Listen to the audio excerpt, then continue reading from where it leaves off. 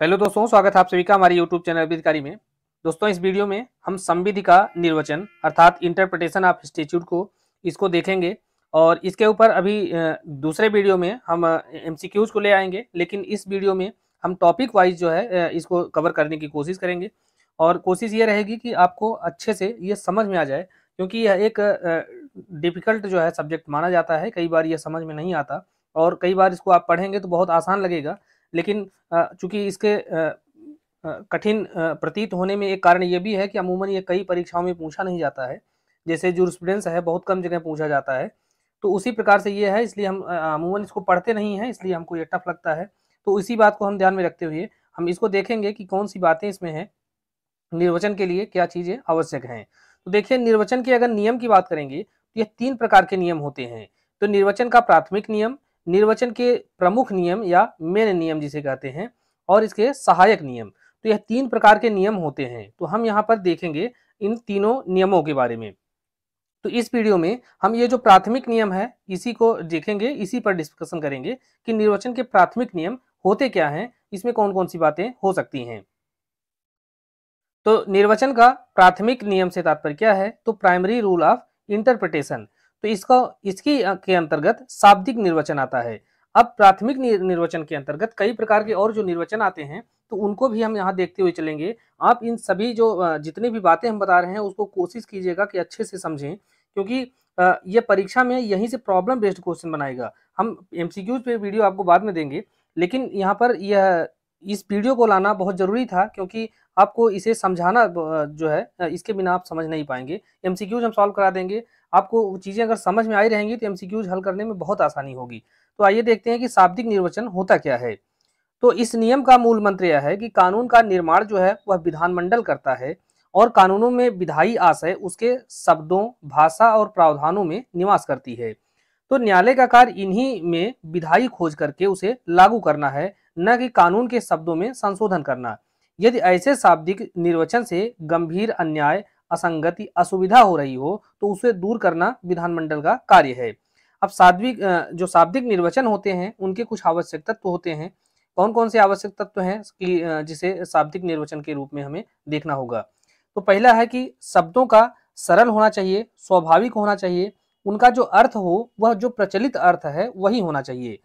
तो इसे एक सूक्त के रूप में पूछा जाता है, तो आप इसको ध्यान रखिए कि लिटेरा लेजिस और स्क्रिप्टा लेजिस।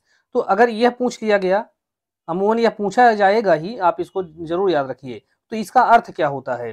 तो आपको इसका अर्थ जो है यह ध्यान रखना चाहिए कि शब्दों का जो अर्थ क्या होगा, सरल होना चाहिए, स्वाभाविक होना चाहिए और जो समाज में प्रचलित है वही होना चाहिए। तो इसको एक सूक्त के माध्यम से ऐसे पूछेगा। दूसरी सूक्त एक पूछी जाती है कि केसस ओमिसस, इसका क्या अर्थ है?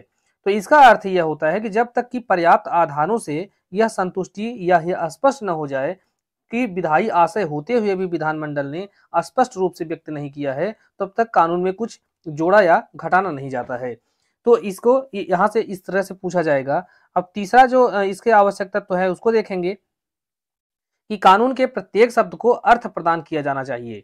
तो विधानमंडल में जो के द्वारा जब कानून बनाते समय जो शब्द प्रयुक्त किए जाते हैं, तो उन शब्दों को प्रयोग करने में वहां पर जितने शब्द प्रयोग किए जाते हैं उन सभी को एक उचित और जो है अर्थ प्रदान किया जाना चाहिए। ऐसा नहीं होना चाहिए कि कोई भी शब्द जो है वह व्यर्थ में प्रयोग किया गया हो। अतः न्यायालय को कानून के प्रत्येक शब्द को अनिवार्यतः अर्थ प्रदान करना है या उसको प्रभावी बनाना होता है, क्योंकि निर्वचन जो है इंटरप्रिटेशन कौन करता है? तो वह विधिशास्त्री करते हैं या न्यायालय के द्वारा किया जाता है। और कानून में कोई भी शब्द तुच्छ नहीं होना चाहिए, अयुक्तियुक्त नहीं होना चाहिए, अवांछित, अतिरिक्त, अनावश्यक या अनासहित, इस प्रकार का कोई भी जो शब्द है वह कानून में नहीं होना चाहिए। चौथा तत्व इसका है कि कानून में एक शब्द का अनेक स्थानों पर अगर प्रयोग होता है तो वहां पर क्या स्थिति होगी?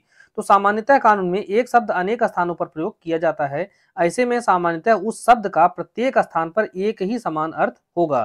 तो अर्थात एक स्थान पर अगर किसी शब्द का एक अर्थ जो है लगाया जाता है, तो उस पूरे अधिनियम में जहां जहां भी वह शब्द यूज किया जाएगा उसका अर्थ वही होगा, अर्थात एक ही शब्द का अर्थ एक ही होगा।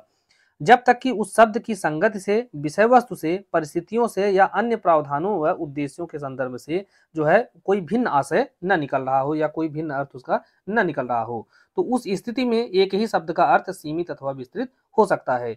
तो अगर एक ही शब्द का अर्थ इस प्रकार से प्रयोग किया गया है तो उस शब्द का उस पूरे अधिनियम में एक ही अर्थ माना जाएगा। लेकिन अगर उस शब्द का विभिन्न परिस्थितियों में विभिन्न अर्थ निकल रहा है तो भले वहां पर विभिन्न अलग अलग अर्थ निकाला जा सकेगा। अनेकार्थी शब्द जो है अर्थात ऐसे शब्द जिनके अनेक अर्थ होते हैं, तो ऐसी स्थिति में कानून के एक शब्द के अनेक अर्थ निकलते हों तो वहां न्यायालय को यह अर्थ ग्रहण करना होगा जो विधायी आशय, विधि के उद्देश्य और प्रावधान के अन्य शब्दों से मेल खाता हो या उन्हें पूरा करता हो। इनके प्रतिकूल जो अर्थ निकल रहे हैं उनको त्याग दिया जाएगा। अब अगला जो है उसका जो तत्व है वह तकनीकी शब्द या टेक्निकल वर्ड है। तो शाब्दिक निर्वचन में ये जो 5-6 जो तरीके बताए गए हैं इनको आपको ध्यान में रखना होगा। तो तकनीकी शब्द के अंतर्गत क्या आता है, तो तकनीकी शब्दों से तात्पर्य किसी विषय विशेष जैसे कि कला, विज्ञान, वाणिज्य, व्यापार, वृत्ति, विधि, टेक्नोलॉजी आदि में प्रायोगित या प्रयुक्त खास शब्दों से है। और तकनीकी जो विधि है उसमें प्रयुक्त तकनीकी शब्दों का अर्थ तकनीकी रूप में ही निर्वचित किया जाएगा, बशर्ते कि वे अपने क्षेत्र में मान्य और प्रचलित हों। तो दोस्तों इस प्रकार से यह छोटा सा वीडियो है और इसमें हमने केवल इसी जो शाब्दिक निर्वचन है उसको डिस्कस किया है। अब नेक्स्ट वीडियो में हम जो अगला जो निर्वचन का तरीका है उसको देखेंगे। तो इस वीडियो को यहीं समाप्त करते हैं और दूसरा वीडियो जल्दी ही आएगा, आप उसको देखिए। तो उसमें जो निर्वचन के अन्य प्रकार हैं वो बताए गए हैं। तो मिलते हैं नेक्स्ट वीडियो में, धन्यवाद।